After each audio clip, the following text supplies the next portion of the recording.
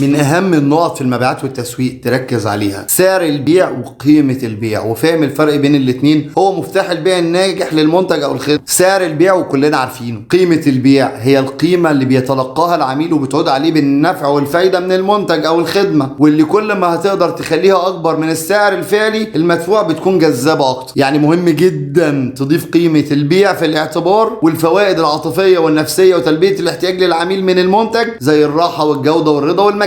على سبيل المثال مرسيدس اغلى لانها بتبيع قيمة للعميل قد تكون اكبر بكتير من المزايا والمميزات المضافة للسيارات الفاخرة. ابل بتبيع الخصوصية والامان والجودة. مهم تركز على توصيل قيمة بيع المنتج او الخدمة للعميل بدل من مجرد سعر البيع، وتسليط الضوء على الفوائد والقيمة اللي هيحصل عليها العميل. ده بيخليهم وبيساعدهم على رؤية القيمة الحقيقية للمنتج وزيادة احتمالية اجراء عملية البيع. مهم تركز على توصيل قيمة بيع المنتج او الخدمة للعميل بدل من مجرد سعر البيع.